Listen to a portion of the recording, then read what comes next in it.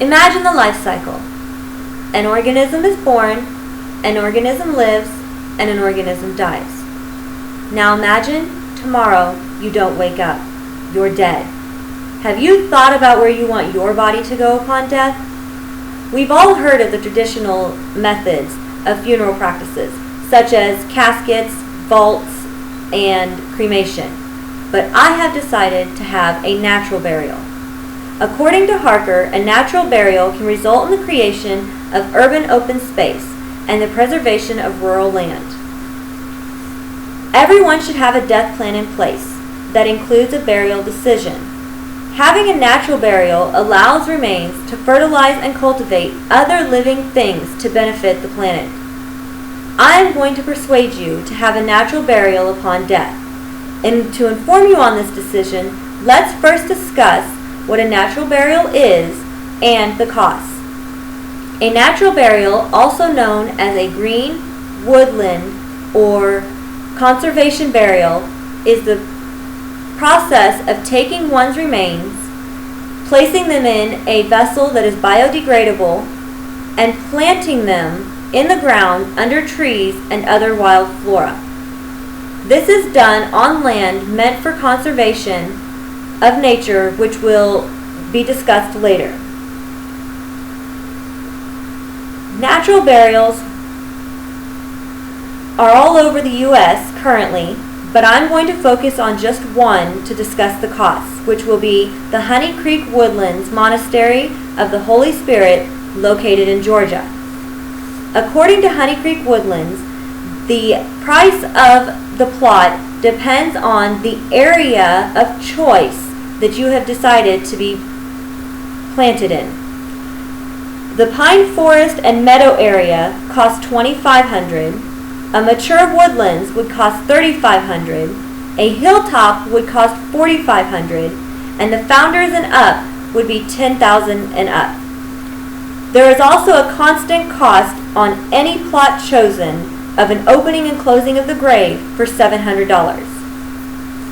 Now, in contrast to that, a traditional burial that includes a visitation, the funeral ceremony costs, the plot burial, and the extra costs incurred with the funeral that was quoted as of November 2015 at one St. Joseph funeral home was well over $12,000. A cremation from the same funeral home in St. Joseph that includes a visitation, an urn for the remains, and any extra costs that may be incurred for the funeral would cost over $5,000.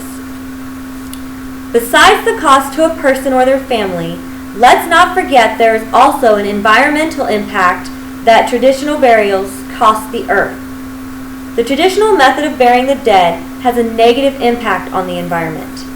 There was a study conducted in the 1990s, and as Spongeberg and Bex pointed out, the reason for conducting this study was the increasing number of cemeteries has caused concern about the possibility of releasing hazardous chemicals and metals into the surroundings.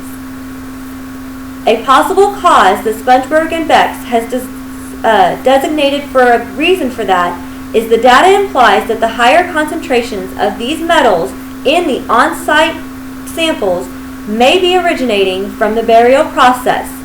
For an example, the caskets. Now that we see some of the negative impact on Earth from a traditional burial, let's contrast with the positive impact of a natural burial.